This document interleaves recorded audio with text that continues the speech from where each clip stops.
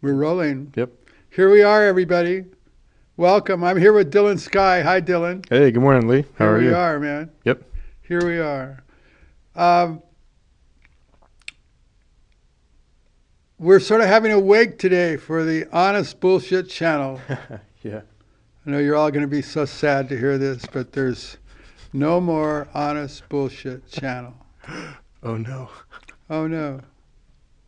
We're changing the name, and the reason for that is because you thought we were going to quit podcasting. You were hoping we would quit podcasting, but I'm not going to quit. So we're changing the name because when you type in Honest Bullshit, you see all this other stuff. And, I thought it was so funny when I thought of that name, and then I should have looked on the internet. I would have realized, fucking 1,000 people already thought of it, and they already thought of it. And there you go, Dylan. When you think you got a new idea, you find out, no, it's an old idea. Everybody had that idea like years ahead of you. So Right. that's pretty interesting. So we're changing the name. It's now going to be called Lee Michaels Podcast. How original, right? How original, right, is not part of the name. Yeah. Lee Michaels Podcast. That's the name of this thing. And so I'm going to have to be more honest now. Because, see, under the Honest Bullshit banner, I could, sort of Right. defer reality and not talk about shit I don't want to talk about. But I give up. After a month, I give up. I'm just going to let it all hang out. Cool. Excellent. So, and there's a lot to hang out. So anyway, welcome to my podcast. I guess what I say, I, me, my. Me, I, me, my, I, me, my. Yeah, there's something about it. I get so weird. Yeah. That's why I haven't played anywhere in 50 years. I'm just fucking a head trip. But a good, happy head trip.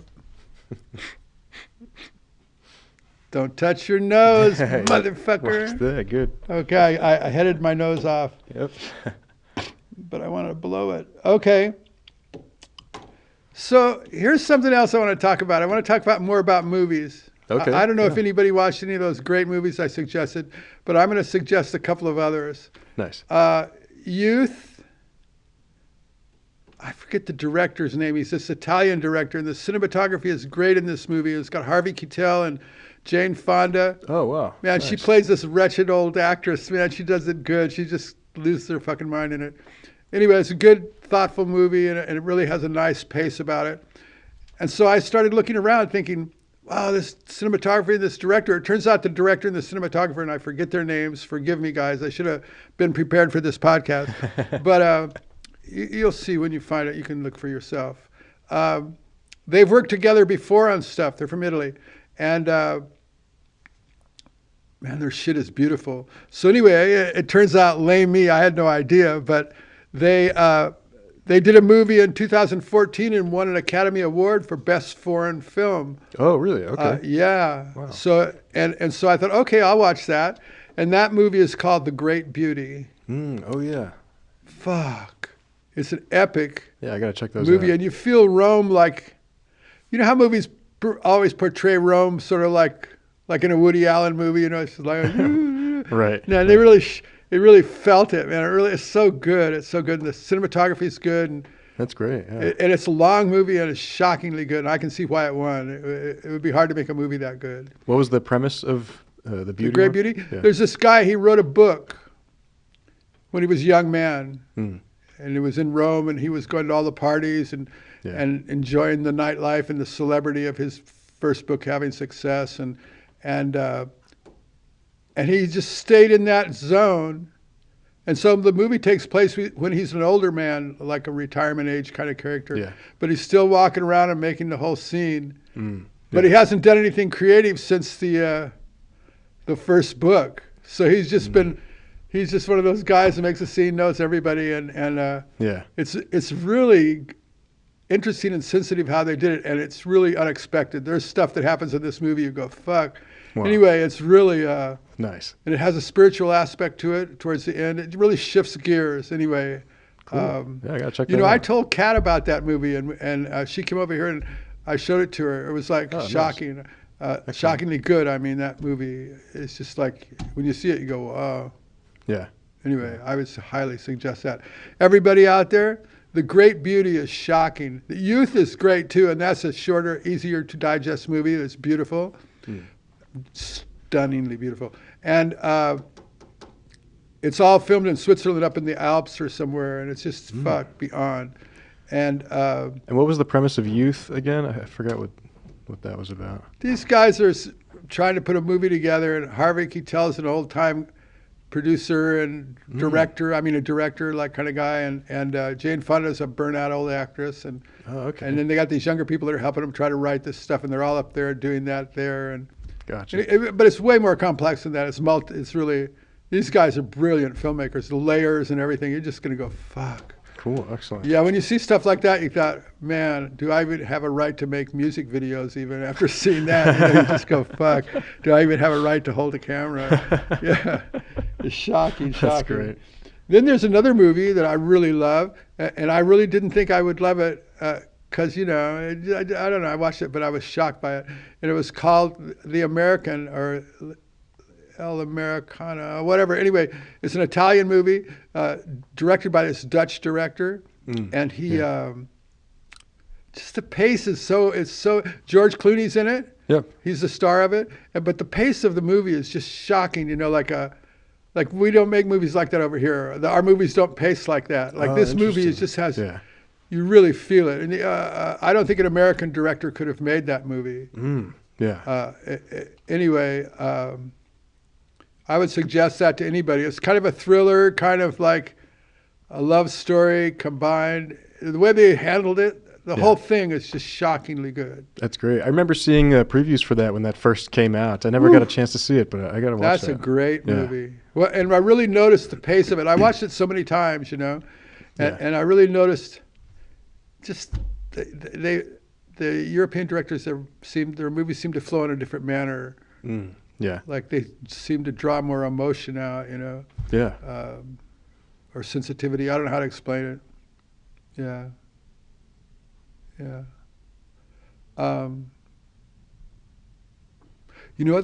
What other movie, but everybody's seen it. Roman Polanski's last movie, what was it called? Let's see. Shit, I have it on the tip of my tongue.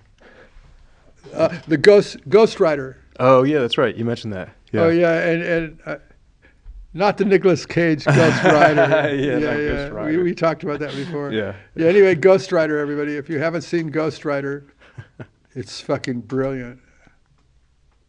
I was watching it. I didn't know who directed it. I think I told this story before on one of the episodes, but it's worth telling again. I sort of was, clicking around looking for shit, and here this thing looked kind of good, so I start watching it. It's like 5 minutes in, I watched the whole thing. I'm thinking, fuck, this guy's a real good filmmaker. I wonder who saw that. The movie comes to an end, and the little thing goes by, a Roman Polanski film, and I'm going, fuck, there you go. Some of these guys that are considered great filmmakers, I think they're considered great because they're great. Some of these guys, you say, at the end of the day, you go, that guy's a real deal, filmmaker. Right. In spite of whatever. And you think like so many of these directors have controversial personal lives and stuff, and artists and stuff, and musicians, and you hear all this scandalous stuff about them, especially since we have the internet to help everybody get every little piece of information about everybody's personal life out there. And I don't know. I don't know about all that. But if you let that stand in your way of watching people's stuff or enjoying it, I know people that can't enjoy people's stuff because they disagree with their personal life. I think it's like, I understand if somebody wants to take a stand personally against something, but some really great stuff has been made by tormented souls. Right. So what I mean, and you think, and people say, it's sort of like, all the people in the arts and stuff they think are more like that. I was thinking, no, maybe everybody's like that, but you just notice it more in the arts because they're out in the public. Yeah, interesting. Putting their shit out in the public. Yeah, that's a great theory. But maybe the whole world is just as twisted as the artists are, but they're keeping it in the closet on some level, Right. That's interesting. Fascinating. Yeah. I was thinking last night more about my self-service guillotine. I'm Great. so fucking obsessed with that idea. I have to make one and just roll it out to the boardwalk and put it up there and see what kind of response it gets. That would be a great short film. The making of the guillotine, the rolling it out to the boardwalk, setting it up, putting up the sign, and film it. Stand there and film it. It would be a short film. That would be a great film. I'd watch that film. Anyway, everybody, stay tuned for the self-service guillotine. It'd be like going to the quarter car wash. You put your money in it. Maybe it'll take credit cards and everything, fully automated. I wonder if somebody really tried to use it. God, the whole thing's so dark and deranged. It's like getting a reaction, to see how people react to that. How twisted are we? We could gauge the progression of humanity. We'd roll it out once a year, every year, and see how the reaction changes from year to year. Right, 20 years later, we roll out the rusty old, or somebody rolls it out. I probably won't be here in 20 years. Rolls out the rusty self-service guillotine, and we watch the reaction. Wow. Got the People's Court. And the judge is sitting there, and the guillotine's right next to him, and he's got his judge's thing, and the guillotine's right next to him. We cannot, like Idi Amin said in that one French documentary many years ago, he said, we cannot make a justice all day. What he meant was, don't waste your time, just kill us motherfuckers. And then they put, little thing came across the screen afterwards that says he was having a cabinet, a meeting of his ministers. Oh, this film is great. It's like a really older film, but it's like from the 60 or 70, 1970, 72, something like that. But it's a French documentary, and he's having he's got a table, and all the ministers are in there, and he's talking to them all, and he's telling them how they should act, and they're all nervous. They're afraid to look at him, and so they're talking about the one minister. He's scolding him for, the woman to make a better hotel person. The woman keep the house, she make the hotel better. And he's like talking really weird shit. And then he, and you're seeing the one guy's looking really nervous. And then little words go across the bottom of the screen. 2 weeks later, this minister was found eaten by crocodiles in the Nile River. He was like floating. And so, what was I trying to tell you this for? Oh, the self-service guillotine. Oh, right. If Idi Amin had my self-service guillotine, he wouldn't have had to throw the people in the fucking river with the crocodiles. Progress. There's a machine of progress. Wow. Demented dictators. They make you pay for your own execution. That way, your family has to cough up the bread to pay for the thing. Yeah. This is some kind of weird justice. I don't know how I'm going down this path. Twisted politics. Anyway, sorry everybody. Welcome to the Lee Michaels podcast. Now we're getting real, man. I'm letting it hang out from now on. I'm not holding back. But yeah, do it, man. Fun is fun, So we're gonna do it. We're gonna make a self-service guillotine. And maybe you can make that. I don't know if Well, I can't make it by myself. I'm not a welder, but I have a few friends that can weld their butts off. I'll see who wants to do it. Yeah, I don't know if I can be a part of that. You can't be a part of it? I can't be a part of that particular project. You can't run a camera? Oh, man. I wish you the best. Dylan's bailing on me. You saw it here, folks. Yeah. I didn't tell him to bail. He just decided it was too much. By the day one, he's going, I'm not your guy for the self-service guillotine. Right. I didn't ask you to be the test pilot or anything. I just, we need a, what do they call it when they have a vaccine research or a medicine? Guinea pig. No, not guinea pig. Yeah. What do they call it when let's see. when they pay you money to be part of a. Yeah, they do a study, right? Well, no, there's Sign another up for name a study. for it. What do they call it, everybody?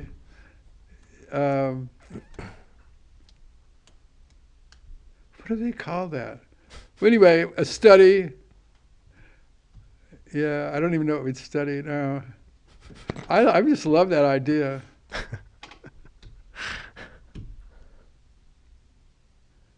Have a selection of songs they could play if they want a certain song playing when they use it. What song would you like to hear? Well, that'll be an extra 50 cents. that particular song. Yeah. Oh, there's got to be some fun aspect to it. Oh, you spin the thing and then it tells you how much you owe, and it's like random, like a roulette wheel. Your life is worth 75 cents today. Cough it up. Okay.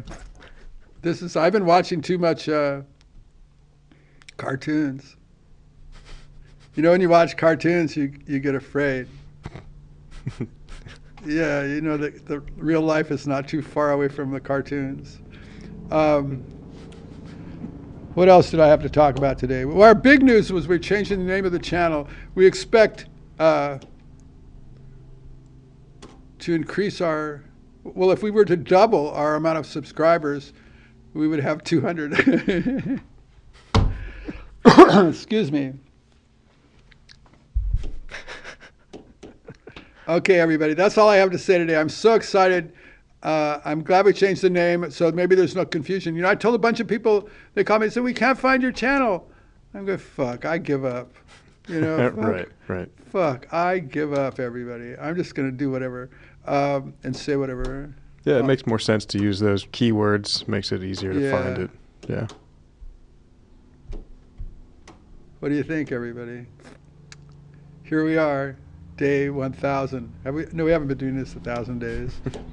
There was something else I wanted to show you all today. I forgot what it was. Oh, well, maybe tomorrow.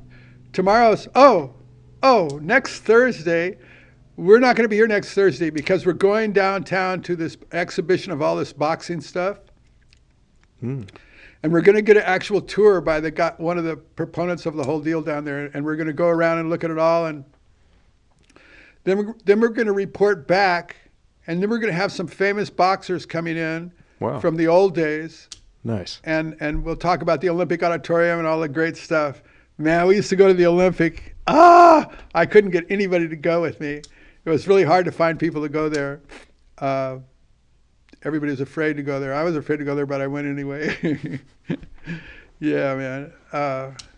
What else? Oh, it's Pathetic Has Been Thursday. I could tell you a story.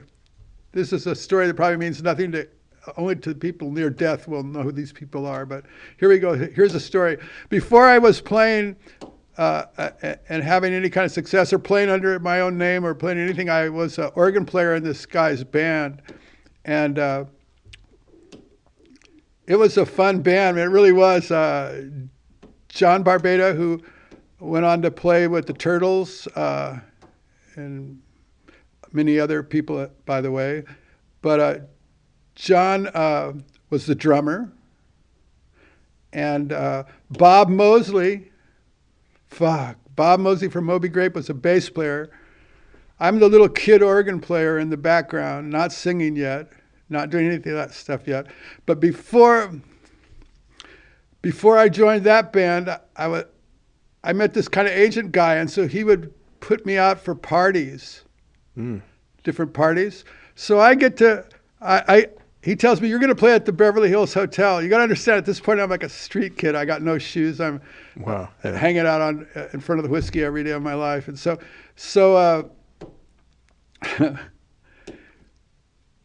I go there. It's a Milton Berle. You know who that is? The famous old comedian? Yeah, that sounds familiar. He's an old guy. Yeah. He was even old when I was a kid. You know what I mean? So like he's really from that vaudeville era or something. Anyway, Milton Berle was famous. He had TV shows, and he was just one of those celebrities like Jack Benny or one of those guys. Yeah. So it's Milton Berle's granddaughter's birthday party.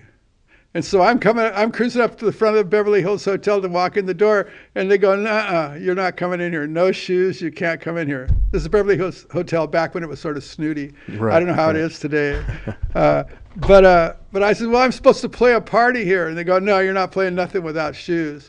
So somebody goes in and tells Milton Berle they won't let the band in. So he comes out and he's got a big cigar and he's like really like aggressive and weird. And he comes out, "What do you mean he can't come in here? My fucking granddaughter." Oh, and he's talking about all the money he's spending. And you can't buy this fucking place. He's fucking crazy. Wow. So they go, "Calm down, Milton, calm down." So they let me in, right? And they take me in there. And then so we're playing, we're playing what we do. And it's this granddaughter's birthday party. She's digging it. There's an actual band there and stuff. Wow. Nice. And so it comes time for happy birthday. And he says, "Okay, happy birthday now." And I go, "I don't know, happy birthday." He goes, "What?" And he goes fucking nuts, man. He goes, "What do you mean? I got you this fuck. What do you mean you don't know happy birthday? You knew this was a happy birthday party." He's just going fucking ballistic on me. And so Wow. I'm saying, I'm going, and we just go, "Happy birthday to you." He starts singing it just because, fuck, we wanted Yeah. our money, you know what I mean? Right. Like, right. and at that point, yeah, I was super broke. So that was a good story. There you are. Here we are, Lee Michaels channel. I'm telling you stories. I'm going really back to the beginning. That's pretty far back. That's even before I was in that band that was so cool with all those people. Wow. Yeah, that was a great band. Yeah. I played in that band. We played at this club on Santa Monica Boulevard. It used to be called the Action Club. We played there for a year and a half, 6 nights a week, 4 sets a night for a year and a half. And by the time I finished playing there, I knew everybody. Every fucking famous person in the world that I'd ever seen Wow. was in there every night partying out, getting drunk, going crazy. It was fucking Amazing. the best experience of my life, you know. Wow, that's great. Fuck, one week I'm picking peaches, the next week I'm in there, I'm thinking, fuck, I've died and gone to heaven. You know, this is way better than picking fucking peaches any day. Did you Anyway, eventually get shoes at that point? Yeah. After that? Yeah. Nice. Fantastic. Yeah. I liked wearing no shoes. Yeah, it is cool. I mean, it felt good to me then. I don't know. I don't think I would enjoy it now, you know. right. Yeah. We went to New York once and I looked down at the ground and I thought, maybe I need some shoes. It was in the summer and the ground was so nasty looking. And there's Yeah. steam coming up out of the sidewalks and go, wait a minute. Maybe I need some shoes. The ground looks like it had cooties or something. You know, it's like the ground is alive. You know, the ground's like it felt like it was alive. Or maybe I was on acid. That's what it was. The fucking ground was moving. Yeah, it was. But anyway, I got some shoes. I got some moccasins. Nice. Okay, cool. Yeah, channel my inner Indian. I went Relax. I went through a period where I was walking barefoot a lot. And Yeah, there's something going about it. It hiking feels like, barefoot. yes, I'm Yeah. not conforming. Or Yeah, sit there, exactly. fuck, Yep. you know? Yeah, absolutely. Ooh.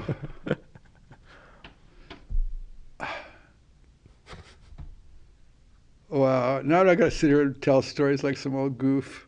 Okay, but it's Pathetic Has Been Thursday. I can tell goofy stories. Oh yeah, that's right. But that's this week's story. I'm going to tell a goofy story every Thursday, except Cool. next Thursday we're going to the boxing. Mm. But I hope you guys enjoyed the name change day.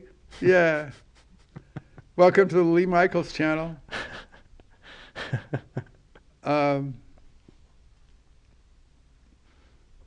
I feel good today, man. I like that we changed the name because it was so confusing. So many people kept telling me they couldn't find the channel. I go, wait a minute, I told you what to do. And they go, oh. And so I think, fuck. Yeah, too much of a hassle. It should be quick and easy. It should be easy, you know. Yep. Like it should be like blowing your nose. Yeah. Just okay, everybody. It was nice seeing you today on Pathetic Has Been's Day, and you got to hear a story. You know, I don't know how I thought of that story today. I didn't plan on it. It just popped in my head when I said it. I haven't thought of that in fucking a million years, that story. Wow, that was a great one. Yeah. But I was thinking about going back. I have a couple of other stories too. I have another one. Should I tell it? No, I got to save them. I got to do one each week. Yeah, we're at 25 minutes.